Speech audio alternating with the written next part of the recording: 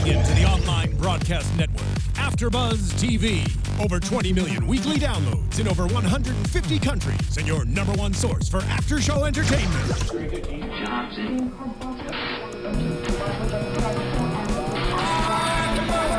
AFTERBUZZ TV, the destination for TV superfans. Producing after shows for over 300 of your favorite TV shows, interviewing celebrities and showrunners, and bringing you behind-the-scenes exclusives. All thanks to E! Entertainment's Maria Menounos, producer Kevin Undergaro, and internet leader Akamai.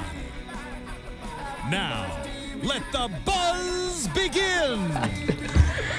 Let that build up. All right. Thank you for tuning in. This is the AfterBuzz TV After Show here at AfterBuzz TV, of course, for Graceland. We're talking Season 3, Episode 2, Chester Cheeto. God, it kind of makes me hungry. I'm your host, Stephen Lemieux. You can find me on Twitter at Stephen Lemieux. And I must say, we have something special for you tonight. And by something special, I mean something special. Thank you for joining us. And if you're watching live, hit that thumbs up right now because we have Jamie Gray Hyder in studio. Thank you for joining us today. Thanks for having me. Thank you. Good to see you guys again. And no Graceland After Show would be complete, even if it has Jamie Gray Hyder, without my partner in crime, my PIC, repping the DOG. I don't know why I'm saying anything. Go ahead, Stephanie. But it was cool for a second. What's good, everybody? It's your girl, Steffi G, a.k.a. Stephanie Giorgi, a.k.a. Agent Giorgi. And you're on Twitter at Stephanie Giorgi. Oh, and I'm on Twitter at Stephanie Giorgi. And then go ahead, give Jamie a follow right now at JG Hyder on Twitter. Tweet her how much you're glad that she's on the show and how much you're glad that Lucia survived yet another episode. She's okay, guys. She's alive. She's here. I'm holding her. She's getting black bagged and thrown in the back of a truck at the end of the episode, but she's alive-ish. Ish. I mean, you're in a better place than Layla. I'm not sure. Yeah. Lena or Layla? Oh, Yeah, I mean, Layla I guess Briggs isn't going to just shoot her. You never know with Carlito's guys. I know, it's true. So this was a great episode. It was kind of a lot of character development. It didn't have like any of those gigantic build-up scenes, except for with Johnny's storyline, which was great. I just love what we get with there. But we're going to break the show down today in 5 storylines, because that's kind of what it is. We got the Armenia storyline, which is Briggs with Ari. We got the Mike story with his battling addiction, which we see from episode 1. It kind of foreshadowed that.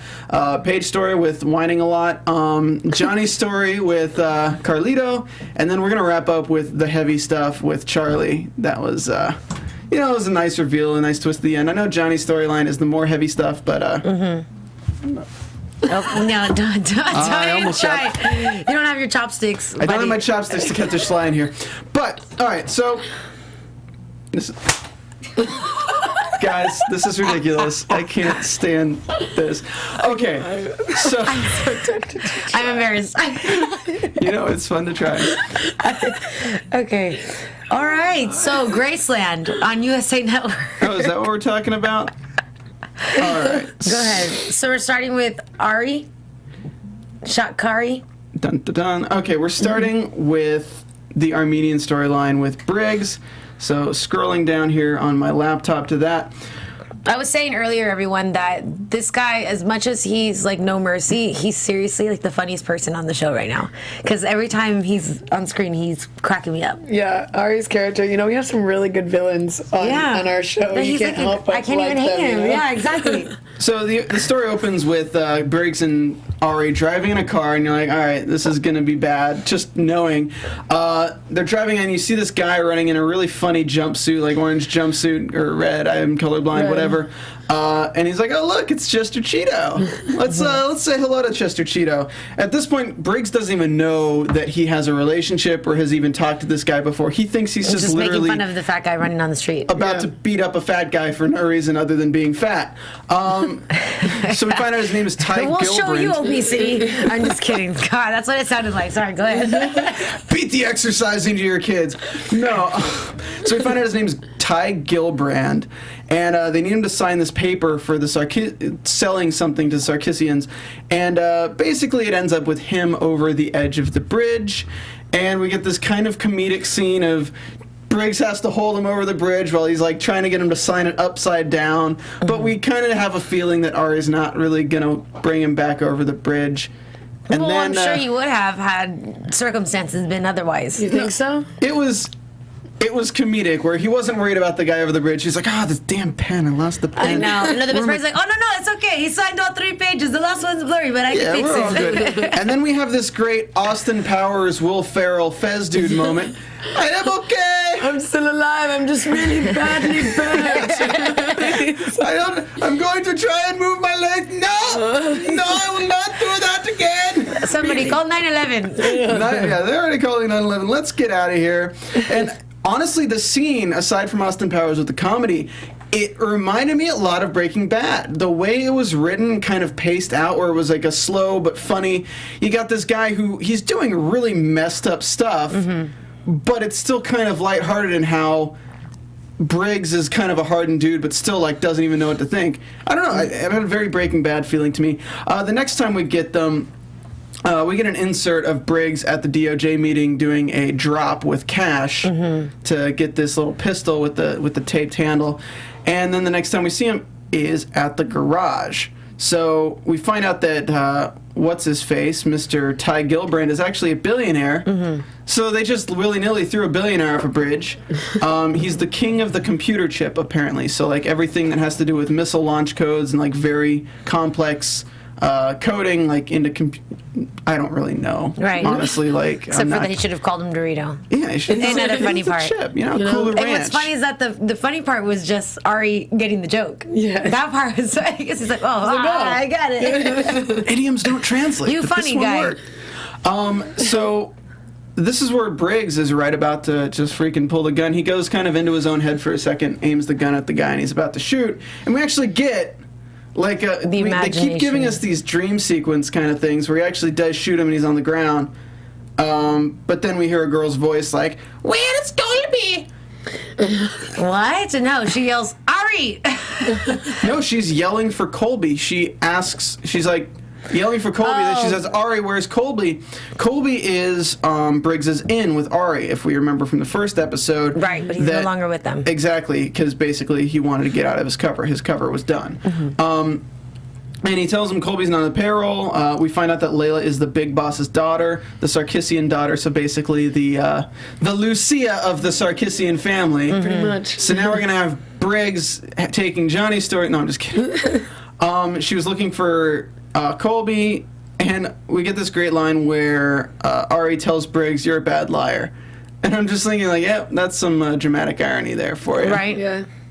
So he tells Briggs to take care of her, and Briggs is like, "Oh, like take care of her?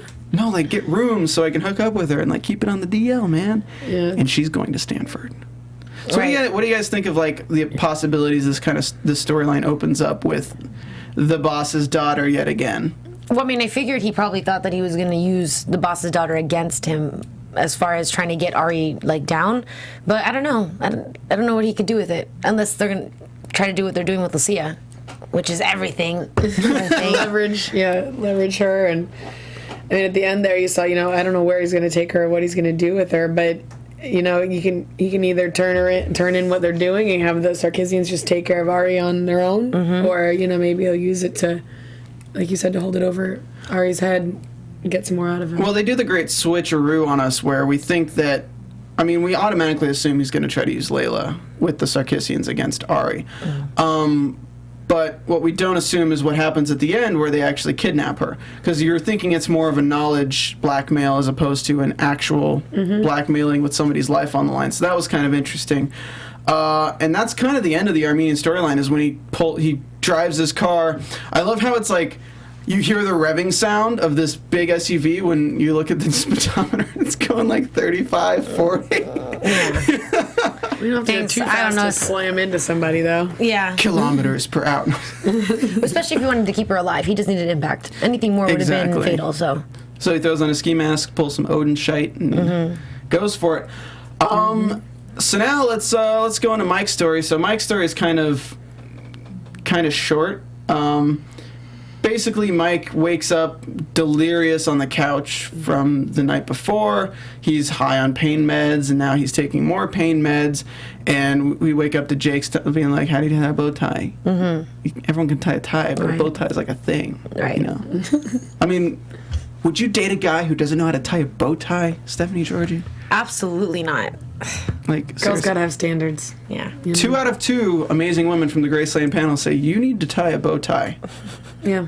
Because a regular tie is not like a thing. What does he say? Yeah. He's like, it's not like a thing. Yeah, it's not like a It's pretty thing. normal. Everyone can tie a tie. It's not like a thing.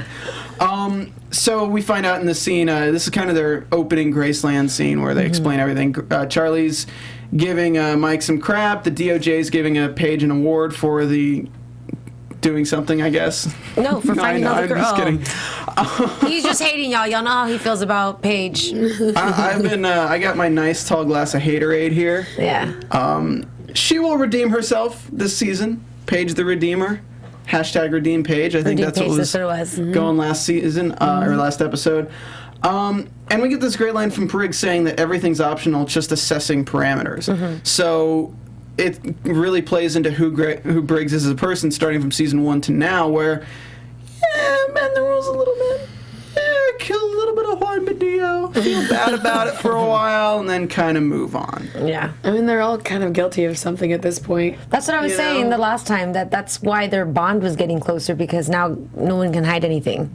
Or, I mean, no one can say that they're like the exceptional agent. They've all effed up at this point. Yeah, but out of all the agents, who's the best agent, you think, Steffi? Who do you think is the best agent in Graceland? Ooh, like as far as what technicality? Well, we already know looks-wise for you, but I mean, like if you were I'm going to saying choose... like actually good. Yeah, if you were Briggs gonna- probably. Briggs? Yeah, he's a boss. If not, then Jake's. Jakes or Briggs. So if you had a case, you'd want Jakes or Briggs working on it, nobody else. Yeah, and I'd be like, Briggs, if you gotta kill somebody, you do you. Just be careful. Just be careful. Make sure I don't get caught up for it. Do you feel that Lucia kind of has the short end of the stick dealing with Johnny? Like, do you think she would have fallen in love if it was Briggs instead of Johnny, and maybe she wouldn't be in this situation because he's a better agent? No, No, not necessarily. Johnny will figure it out. Yeah, I mean, I think Johnny's a pretty good agent. He's made a lot of stuff happen. He's kind of gotten in deep in his own right, but he's still, I think, has his eye on the prize. You got your faith. You got faith in your man. I got faith. Are you speaking in third person when you say he's got the eye on the prize? You know, it is difficult to decide who's right and who's wrong in all these situations. I think that's a general theme for the show. You know, it's just figuring out how far someone can go before they cross whatever line it is. Exactly. It's almost always a necessary evil with these agents. And you also got to see that, I mean, Carlito is playing to his own rules of life down in Mexico because he's not actually an American citizen, so to be held accountable to the American laws, like, it's very difficult. So in his own mind, the way he was growing up with his father and things like that, he's not really doing anything wrong. Right. No. I mean, maybe if she was with Briggs instead of Johnny, he would have shot him by now, though. Well, but even I feel I think like Briggs might have shot Carlito yeah, by but now. even Lucia, you could tell how normal it was in their family because she even said she's like, you can't keep him alive. Like her first thing was you got to kill him, and she had no problem saying it. No, she tried to kill him last time. Yeah, exactly. I mean- and that was her brother. Yeah. Damn right. So, moving on with Dark ass family. I know, right? it's some messed up ish. It's like the Game of Thrones aspect of the story without The with, a lot- Higano style. with no incest, but it seems like there could have been in the past. It's- That actually was on the table at one point. I believe it was a thought that was very quickly pushed away. But there was a moment of that, I believe, in some people's heads. We're talking to Lucia Lannister here. Right, but had it been that, it would have just been Carlito's little obsession with his sister, not necessarily you. It would have been more of like a molestation thing, kind of. It would have been, yeah. I mean, if this weird. was I like, don't think she would have been about it. No. I just No. think that they would have made that storyline, Would but have then been he an just would have abuse been nuts. situation. Exactly, would have been an abuse situation. yeah, that's also true. But then there's also the whole triangle storyline if you do that whole thing because of Johnny. With Johnny? Yeah, but anyway, I know that's awkward to think of. So Mike decides that he's gonna help Briggs out. I'm going to help Briggs out because I'm the big man on campus. And I'm going to go down to Logan's office. I'm going to tell him he can't do this to my buddy Briggs. He's going to be like, no, Mike, don't call the J. Edgar Hoover building. I don't want you to do that. That doesn't really work out. I know. I just get frustrated every time that Mike, when he decides to do something, he does something with such arrogance, though. Because, I mean... He's on pain meds. I get it. He's not thinking things Even through. when he He's got wasn't in big pain cojones. meds, he'd come in there and be like, this is my operation. We're going to do what I say, and that's it. Well, he just seems out of his field right now. I mean, he walks in, he's got the big cojones, he puts them on the table and says, look, but then the moment the guy shows any resistance at all, Mike is just like a, Mac, Big Mac here, is he just cowers completely. He absolutely just completely cowers and gets in on himself. Like, yes, sir. Well, when you Because put it that way. he started feeling his pain again or something. Logan made Mike his bitch, like within 30 seconds. That's just because of authority. It's like one of those, what do they say in the Marine Corps? Respect the rank, not the person. So it doesn't matter, like Logan can be a complete shit show, excuse me, but at the end of the day, it's his rank is higher. He can't do it. I don't even think it's the rank thing. I think Logan uses the psychological warfare of keeping his door open when he talks to people. Logan has attended and graduated the School of Samuel L. Jackson acting. Oh, and my that God. is the yelling really loud at people in front of you until they back down. Right. So, I mean, it's kind of like a stage fright thing. You have Mike who's You're saying... so dumb. That was a great comparison. I mean, Mike's like in there trying to show his hand, and Logan's like, I don't give a... Yeah. Like, honestly, I got 30 people in here. If I yell, they're all going to look at you, and you're going to feel like an ass, and then you're going to walk out of there with the tail behind your legs. But in reality, Mike probably could call the Surgeon General, not the Surgeon General, I just forgot what he was talking. He probably could call him. Deputy Director. Yeah, he could call the Deputy Director and actually have him take his call. But Logan has just kind of freaking neutered him, snipped his balls off. Aw, no. Poor Mike. He's not in the right state of mind, and he's a hot mess right now. He looks good, but he's a hot mess. He's a hot mess. There you go. Any meeting that ends with "go home," and you actually do go home, Failed. yeah, that's not. Well, that's the thing, though. It's as if he got to that point, he said what he was going to, thinking that everything was going to be great, and then he looked too tired to continue. He's like, all right, I'll go home. Well, even the whole. I'm like, I need to go get some more medicine because my stomach hurts. Yeah. the whole conversation is like an allegory for everything Mike's done. Like, he basically spells out, like, look, you go into these missions, you think you're hot crap, and then you come out and you don't look good because you have too many fatalities in the missions. You don't actually do anything. You just end up getting hurt and then being pushed to the side as other people take credit for your work. Right. And look at what he did. He decided, I'm going to do this mission on my own. He's going to get his hot shit and walk into that office and talk to Logan, and then he gets hurt and feels bad and walks away, and yet another failed mission under Mike Warren's belt. Right. Within the process of 2 minutes. Well, I mean, hopefully this is good perspective for him since Logan kind of laid it out for him in a different way. Yeah, I mean, tough love. Yeah. Tough. whatever. I mean, but I don't think he loves him. It's just some tough love.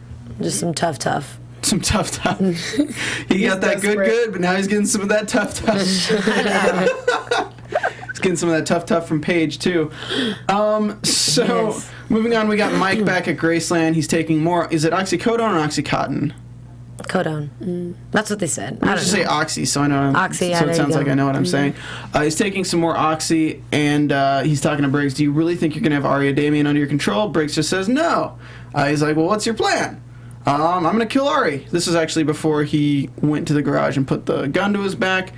And Mike says he knows about the tape. So we learn this information that Mike actually listened to the tape when it was in his bag. Right. And find out that he knows all about Juan Badillo. He knows about Odin. I'm assuming he knows about Odin from that, correct? Yeah, you're not sure how much he knows exactly, Yeah. Yeah, because the tape was just, yeah.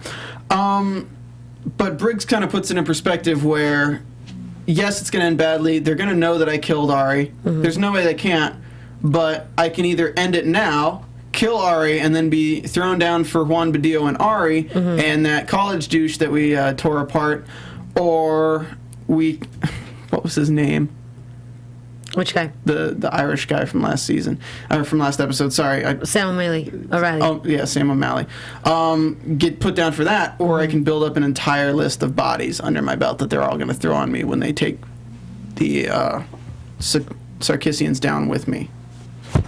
Fuck. No, I hit it. All right. For those of you not watching, Stephen Hughes trying to capture a very I'm trying to capture the domestic moment. A very fly. domestic fly. God dang it. I knew that was gonna happen next.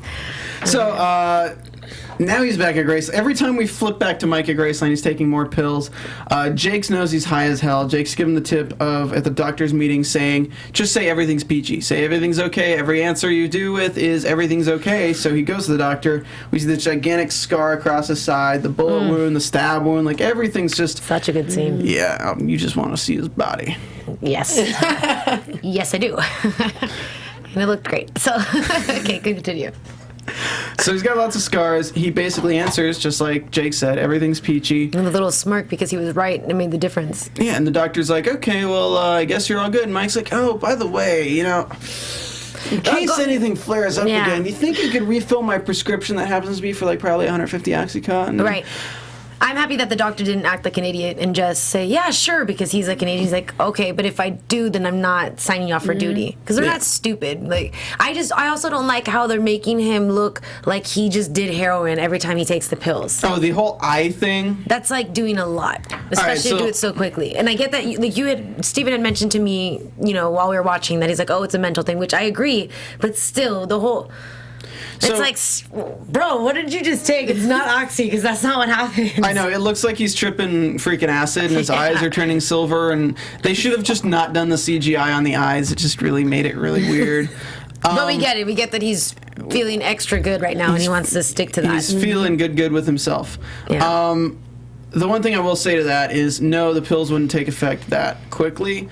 But when somebody has an addiction, when you don't have that, you know how your anxiety, you get fidgety, your anxiety builds up to a certain point, you're not actually craving the effect that the pills have on you. It's like literally just the motion of doing that. The that. fact that you took the pills and you know that you've got it in your system, you know what's coming, all the anxiety goes away. You're like, I got my hit. Right. And then you can enjoy it or whatever it is, but you're not... How do you feel when you do oxy? When I do it, it's kind of similar to Mike, but no. Get out of girl. Hey, she went with it. I just don't understand why he's not snorting it.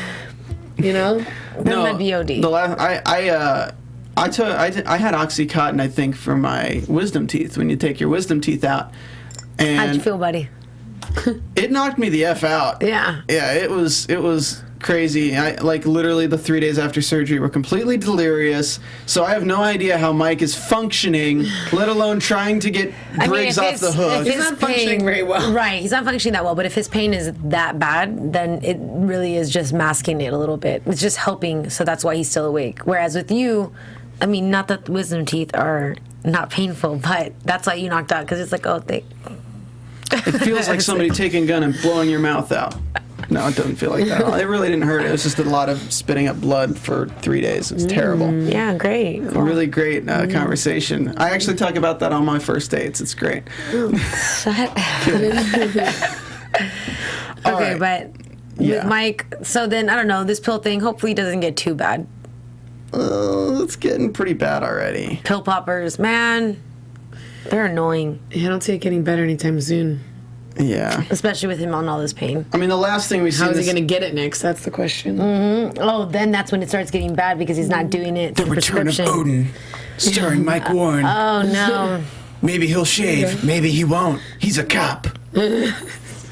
So the last thing we see in the episode of Mike is he's in a montage in withdrawal. And the other scene we see with him, I'll get into him now because we're talking about Paige.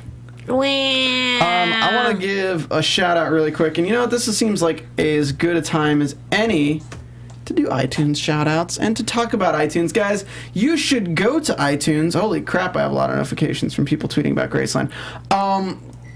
They love that you're on.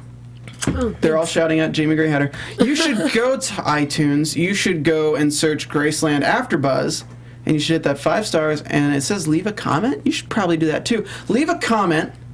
Say what's up. Say something. We'll give you a shout out on the show. We'll read your comment on the show. I'm actually going to iTunes right now and pulling this up, and that's why I'm stalling for time as I speak to you guys. But now, let's look at some ratings. And I said last week that I might actually force Jamie to say some of these. So I'm actually going to give you my laptop. Yay! And these top 2 right here are the ones from last week, if you want to go ahead and give them shout outs. Oh, we've got Carly Carr 18, and they have to say that they love this AfterBuzz from last week. I love hearing the host's opinions and it's interesting when they point things out that I might have missed. Thank you for this. You're welcome. I agree. I know more than Neil at the time. The next we have is Loyal Ola City fan. And they have to say that it was a fantastic after show. They always love listening to your thoughts about each episode, and the way that you break down each episode is great. I agree. Thank you, Steven, for breaking down the episode so wonderfully. I couldn't do it without Steffi G. I'm just a nice commentary on the side. I wouldn't want to do it alone. Good. But yeah, guys, go to iTunes, do that. And then quick Twitter shout-outs. I want to give a shout-out, of course, to Graceland TV UK. They tweet about the show all the time. They live tweet the show. They do all that stuff. Awesome. Tracy Hickson at DJ Tino224. She says, can we talk about Mike's abs too? Girl, I got you covered. Don't worry about that. Let's see here. More importantly, his pecs in that scene. Graceland TV UK is just saying that Mike is a mess. Someone help him. He's terrible. And then I also want to give a shout out to Nicholas Melendez. Great episode of Graceland TV tonight. Can't wait to hear everybody on the review. Hashtag GL Cheeto. Okay. Yeah. Hey, so since they brought up Mike and we're about to transition into Paige, do you think that Paige is going to start catering to Mike, or that they're going to develop a like one of those codependent relationships, symbiotic relationship? Because I don't know, because Mike is almost looking cute to the point where I'm like, oh, should someone help him? Should someone be there for him? And Paige is kind of a sensitive person to might want to do that. Like, she might recognize these problems, these pains that he's going through, and she's like, no, Mike, don't do that. Let's go to the bedroom and I'll help you. To quote at Olivia Hasty NYC, Paige still literally can't right now. Yeah. The problem is if Paige actually would pay attention to her surroundings aside from driving Charlie to Planned Parenthood, she would actually notice that there's something seriously messed up with Mike. Right. Aside from the fact that she told Sid his location and basically almost got him killed. Well, she was choosing not to pay attention to him until this last scene when she was like, okay, yeah, scold me. I know, right? So let's go ahead. We're mean about it, but we're not really mean about it. I mean, we're deservedly mean about it. He's mean She's about going it. through a lot right now. She is. But we still love you, Serinda. Just don't love Paige. So we get this great little kind of mix-up between Johnny's storyline and Paige's storyline when we're introduced to the DOJ meeting, when Johnny's storyline begins with the priest, and the priest is saying, upon this rock I will build my church, and it kind of feels like in regards to Graceland, in fact, we're kind of bringing these people, and upon Graceland we're building this storyline, we're building these arcs and these characters. And then on Paige's side we have thoughts are the greater part of conduct, measure them on their deeds. And this kind of plays to what Paige and Mike are dealing with right now, where if you really look at it, you should be measuring Mike on his deeds and not kind of the stuff that he didn't do. I mean, he couldn't save Lena. Mm-hmm. No. Which is the advice he gives Paige at the end. And my question is, does Paige really think that if Mike had calling the whole thing off when Lena died and let everyone know that Lena was dead and had them go in, that the same amount of girls would have been saved? Like, the fact that he stuck around is why she's actually getting this medal for all these girls being saved. Yeah, but she just got way too involved in that situation. She got way involved personally with Lena. She made it her own problem, not a state or not a federal problem. So that's what mixed everything up. And then she got sensitive because that was when she was sexually involved with Mike. So she's obviously going to complicate that and just be like, well, leave me alone. Let me do this for me. I don't know. Well, it's interesting because they're giving Paige the award when they're saying these things. They're saying thoughts are the greater part of conduct. And they're giving Paige the award when she's been the one who really hasn't been thinking. Right. She's been the one who hasn't thinking and got Mike almost killed. And she's had these ideas, but hasn't developed them. She's been very emotional. But then Mike is the one she's mad at. But when you look at thoughts are the greater part of conduct, it's more of, it's not what you did, it's what your intentions were. Mm-hmm. And Mike's intentions are good. They were good in that whole case. It was never anything, and we find out in the finale of last season, he never was hiding Lena's death from Paige to hurt Paige. Mm-hmm. He was hiding Lena's death from everyone so Lena's parents would feel better. Yeah. So it's just Paige taking that completely out of proportion. Yeah, I think Mike got a little too much flack for that. Yeah. Overall, I think that she definitely is responsible for being so emotionally involved in that whole case. And, you know, he did what he had to do to actually make it a success, like you were saying, and whether that kind of goes back to the whole, like, where's the line? You know, and how mad can she be when what he did prolong her case to the point where she was able to rescue the rest of everybody else. So it's kind of like, you know, maybe a little too much responsibility was placed on Mike. Especially, it's not like he killed her in cold blood or something, you know? Like, the only thing he just exposed of the body. And honestly, almost in a nice way. It's not like he did it. I see cremation as like a very clean, good way to do it. You know, you're not torturing it or like making it all gross. It's just, that's it, done. Yeah. yeah. I have a question. So, when do you guys do? I mean, you sit there for some of the table reads, right? Even if like your scene is like, for instance, like this episode, just a little bit. Do they ever give you guys like a backstory as to why this is really happening, like furthermore, or is it just what's happening there? Well, it's kind of up to you to, like, to, you know, what's being here and shooting in Florida, we're not able to always be there for all the table reads, so it's more of a conversation that we have with Jeff, you know, and with Dan or whoever's writing the episode. You know, Eric and I met with Jeff before we started shooting this season to get kind of an idea of where we were going, and that happened at the beginning of last season as well, where you just kind of get an idea for your character's arc so you know where your little markers are along the way. But for the most part, I mean, you're getting the material, you know, a week or so before you shoot. And so you're just kind of discovering it at the same time that your character is. Right. So you kind of have your character and everything really built really strong, and then what they go through every week, you know, you kind of find out as you go along. And you grow with that, which is probably what they're doing with Mike and their situation too. Yeah. So, man, that's nuts. I'm wondering how Paige's or Serinda's doing that, like as far as her emotional state goes, like how she's developing the character for herself then. That's crazy. Because you don't want to know too much because you want to stay in the moment, but you want to know where it's going, so you know where you're taking it and all that. And so it's a very important balance that you kind of have to find. Yeah, and we don't read the episodes we're not in. Right. So you know, we'll come in, you know, if we haven't ran an episode or two, if there's a break for our storyline, you know, you don't read those episodes. You remember what the last thing was, and then what. Yeah, you can ask next. kind of what you missed. You know, you can always ask them for more information, but for the most part, you're just getting the scripts that you're in. So if you're not in one, you watch it kind of like the fans do. Right. You know, you don't really have an idea of what's going to happen. Yeah, because today when Jamie get in, she's like, it's so funny to see it put together after you've done the read. So because today was the first time you saw episode 2, correct? Yeah. And that was, does it look a lot better than when it's on the script? It's just so interesting because you have an idea of how things work and how the production works, and you read the script and you have an image in your head. You can't help that. When you read anything, you just create an image. So sometimes it's very much the same. Sometimes it's very different. Sometimes it's just so cool to see the way the different directors handle the material. The styles of the different directors comes through. So it's always really exciting to see it on its feet for the first time. Sort of. Right. Do you know who happened to write this episode? Did Dan write the second one? I'm trying to remember because I shot. Because Jeff wrote the first one. I'm trying to find it. Okay, well, they did a great job. This is the one thing that bothered me with this episode was with Paige's storyline, and I hate that it always happens to do with her character.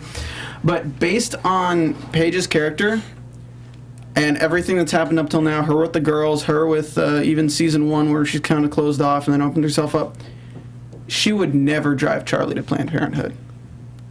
What do you mean? Her character would never do that. You have everyone in Graceland is so tight-knit, and this is one member of Graceland who's pregnant with the child of another member of Graceland.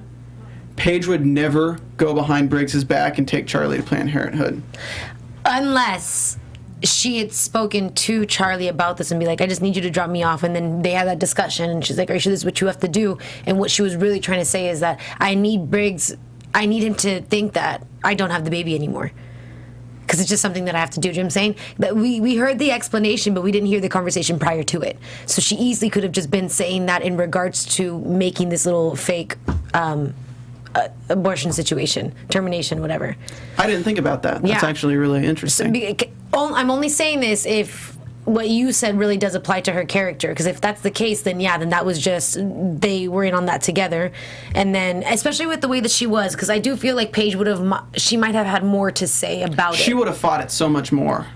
I don't know, but she's a female agent. It easily could have just been, no, I get you, girl. The last thing I would ever need right now is a baby, especially if I'm trying to get someone down for it. But she's leaving the agency. I think it makes a lot of sense what you just said, and I didn't even think about that. I think it was all a misdirection of context when they're in the car talking, because that makes a lot more sense, because she drove off pretty quick. She just dropped her off as opposed to like sticking around at all. That's the only thing I thought. I was like, damn, she's not gonna wait. That's like really hard to like, you know, to have to go through something like that, to not have to wait and take. And that would be the only reason why Paige isn't the one who'd pick her up too.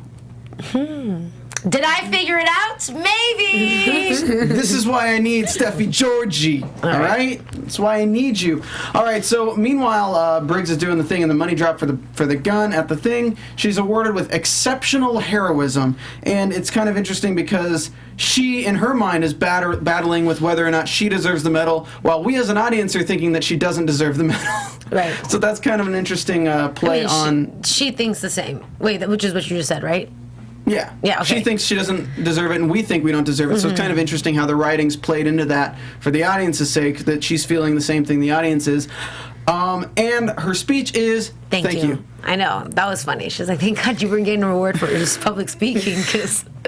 I'm so glad they ragged on her over that. Like, my first thing was good effing speech, was what I wrote after that. So they give her crap. Jake looks in the middle. He's trying to cheer her up. Everyone's trying to cheer her up. And she's like, nah. So Jake's just like, all right, I'm going to get the car. Yeah. You're a lost cause. Bye. Man, I honestly, I love his character so much, because it's such a reasonable and balanced character. Even with his own issues, his issues are very common. They're what you would expect. They're something they're very human. Yeah, well said.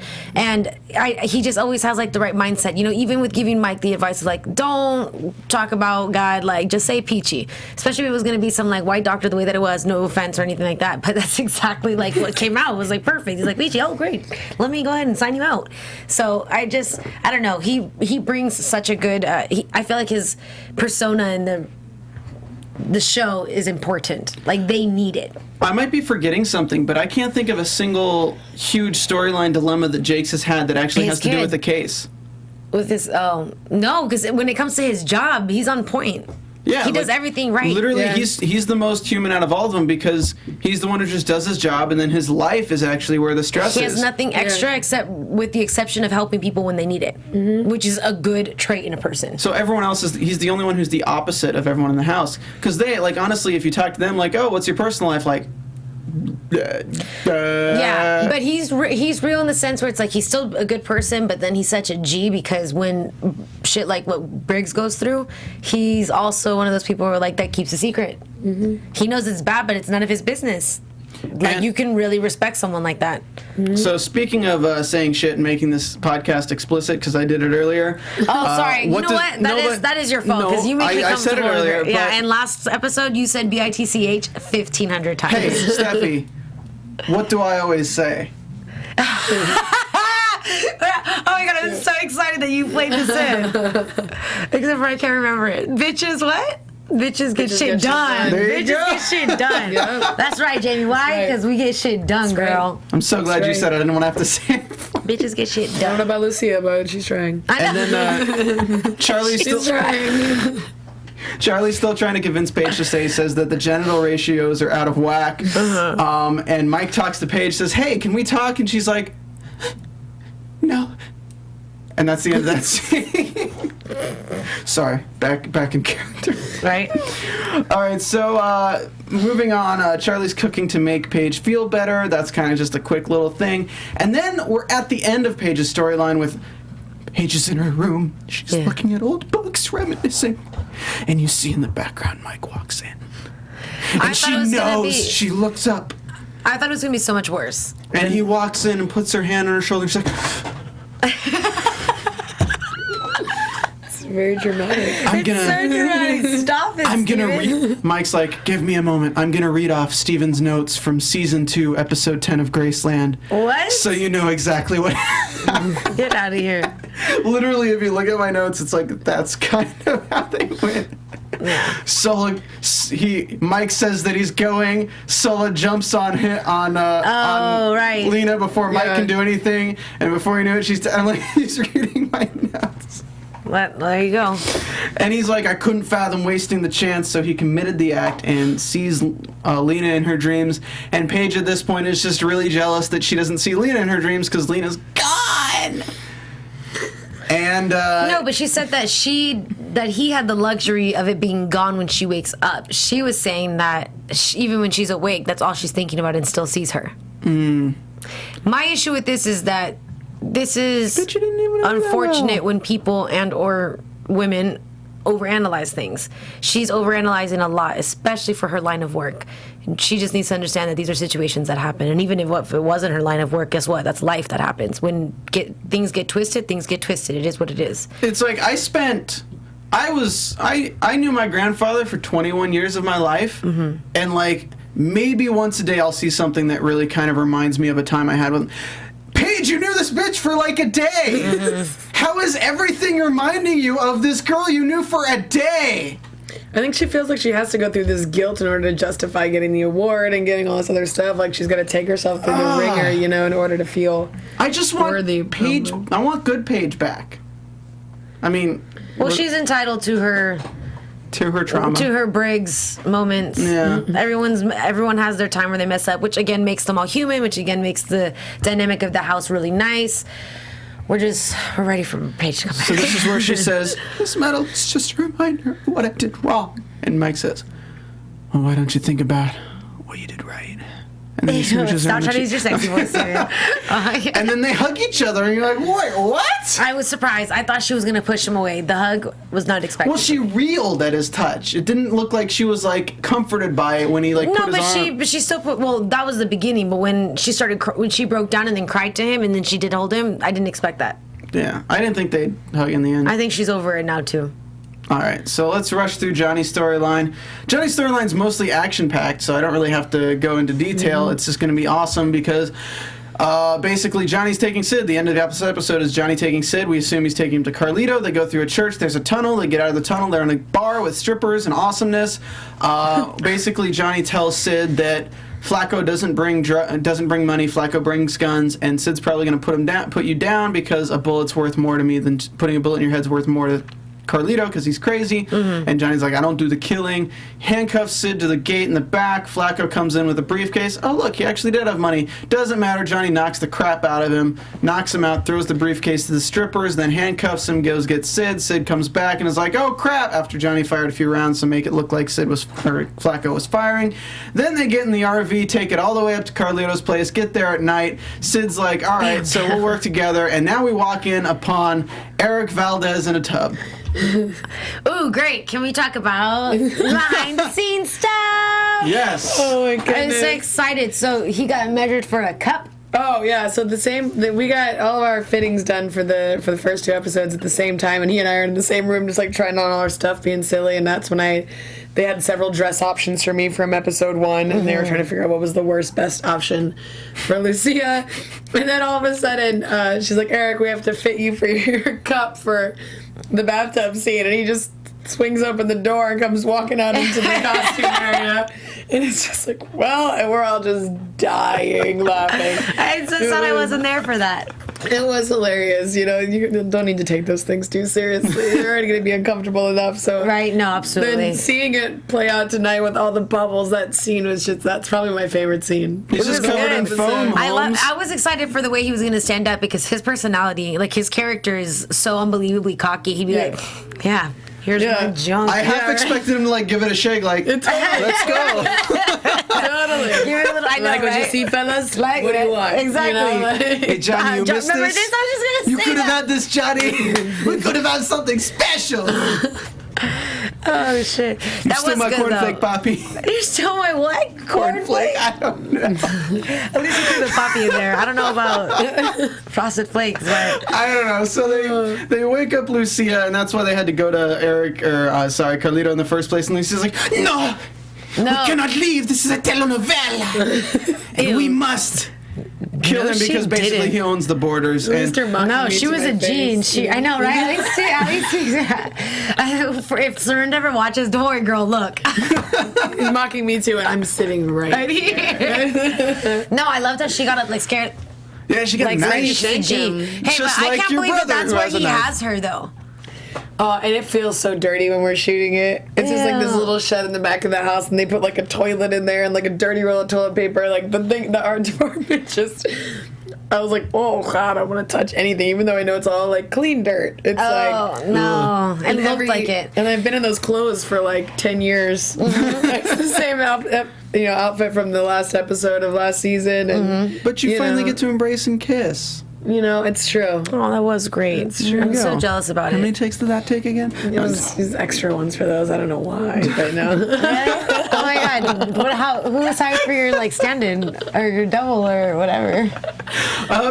So Jamie Gray's got to kiss Eric. Can we get the stunt kisser in here? Right. Eric's got bad. He had those burritos today, bad breath. So They would do that to us. Serve us really good food and make us do kissing scenes. Nice. oh god. I guess okay. Maybe get that garlic over here. Oh my god. I know. I'm just playing with you guys. So they're taking Carlito. He opens up the safe, and just like Lucia, he's got his own little knife that he probably hid in his like taint or whatever you want. Oh, really going there. The gooch. Still there. Still there. Still there. I know. Where I did he missed hide it. it? He's I was like, naked in wait, a he's not tub. saying that. He's naked in a tub. Where's he hiding a knife? In his robe. Oh, that makes a lot more sense. Carlito would never be anywhere without a weapon. I totally didn't even think of that. Right, of Something like course. using it to pick his He's toenails or definitely something. squeezing that shit with his butt. Just drops on the floor and picks it up. So He's like, wait, and then you just see like a relaxation move happen, and then it's just like, boop in the water. That's disgusting. It's horrible. It's so I've been bad. holding this for years. Finally get to use it. So, Every stab bad. Sid. Sid starts shooting. Carlito's like battling on the ground. Johnny's just like, where's Lucia? Instead of like just shooting Carlito outright, looks out the window. Lucia's getting black bag taken to a car. I'm going to Goes take it back, back in the house. And we see the scene from this angle that really looks like this knife is going straight into freaking Carlito's eye. And I you're thought like, it was, whoa! yeah. Yeah, right up on his cheek. And Johnny makes the decision because Carlito says, if I die, she dies. And Johnny just Bop, bop. two-in freaking Sid, and that's the end of Which is Mr. okay that Johnny Carmine. did it because it was with good reason in the situation, and because Sid was messed up to all of Graceland, so he was looking out. Shoot Carlito too. Ugh. I know, but you know what? Here's my problem. I need your character to be alive. I need Johnny to be happy. And but it really does trip me out, the dynamic between the siblings. Like, that's so sad because I keep thinking that you're going to be merciful or someone's going to be like, no, that's my brother. And neither of you give two ishs. And you're like, peace out, brother. You see that in the beginning of last season when we first come in. You kind of see She was like that. her obligation to protect him, or at least clean up his messes. But then he killed his dad, and you're like, yeah. Once it crossed that line, it was kind of like wow, and realizing he had no boundaries, it's like, Right. well, why do I still have these boundaries? and why you know am I how they protecting work, you? so you have to protect yourself. I just think it's interesting because in the second season, Carlito's kind of portrayed as this really immature idiot, kind of buffoon. But when you kind of look past that, he's very intelligent. He's still running this multi-million-dollar drug organization. And Has time for immediately, a bath of the classical music. immediately when he sees Carmine, he already picks apart what Johnny's done, how he set up this lie. As soon as he says Flacco didn't have the money, he's like, Flacco had the money. It's pretty obvious. I mean, I'm not lying. Like, honestly, look who you're working with. Here, I'll give you the money now. You can leave. But Carmine doesn't think that he can trust him because he's too anxious.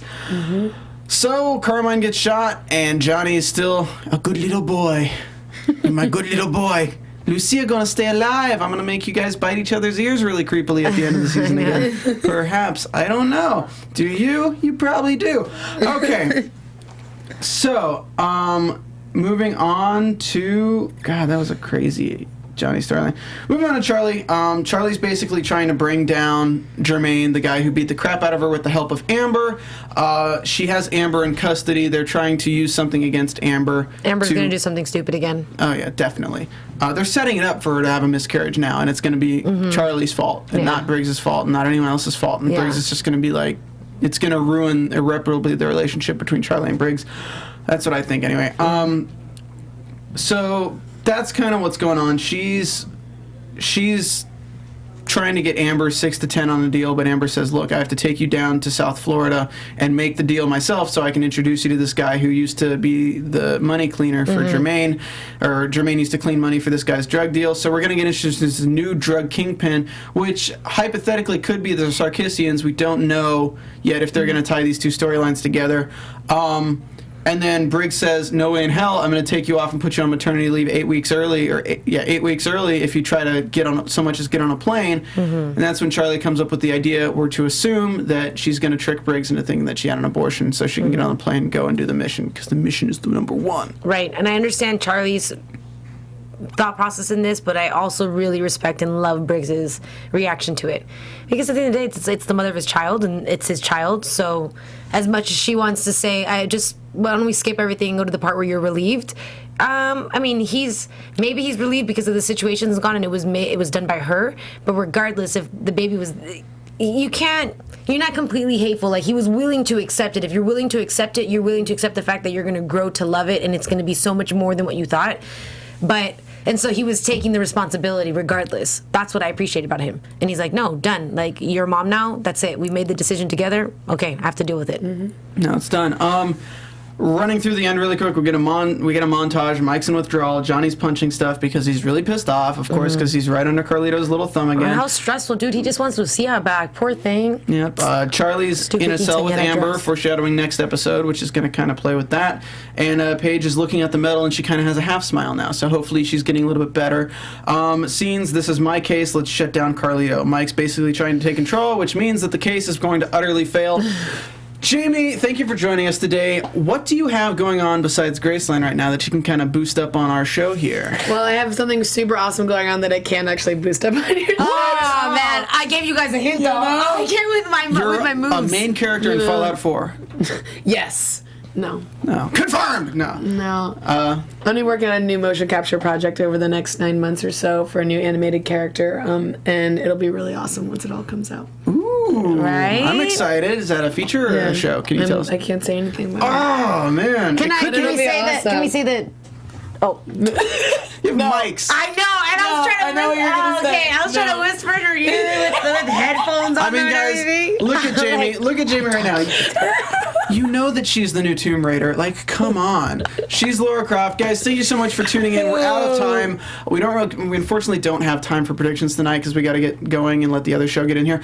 But converse with us through the week. Tweet at us. We'll tell you what we think. Ask us questions about what we think is going to happen. We'll definitely answer with our thoughts. Where can we find you on Twitter, Stephanie Giorgi? You guys can find me on Twitter, Snapchat, and Periscope at Stephanie Giorgi, and on Instagram at TheStephanieGiorgi. And Jamie, thank you so much for coming. Thank you for having me again. And of course, you can find Jamie at JG Hyder on Twitter.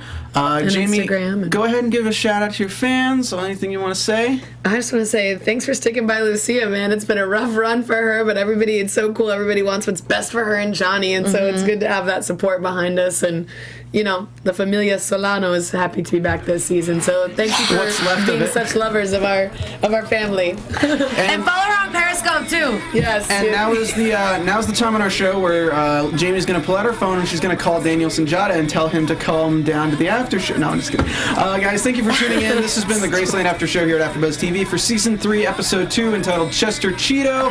I've been your host, Stephen Lemieux, at Stephen Lemieux, STPHENLEMIEUX. We'll see you guys next week for Season 3, Episode 3. I saw the title before, but I don't remember it now. Tune in next week, and we'll hopefully have another great guest for you guys. Goodbye! Thanks.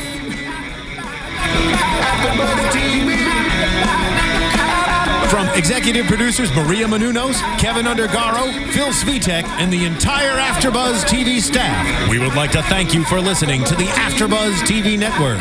To watch or listen to other after shows and post comments or questions, be sure to visit AfterBuzzTV.com. I'm Sir Richard Wentworth, and this has been a presentation of AfterBuzz TV. Buzz you later! The views expressed herein are those of the hosts only and do not necessarily reflect the views of AfterBuzz TV or its owners or principals.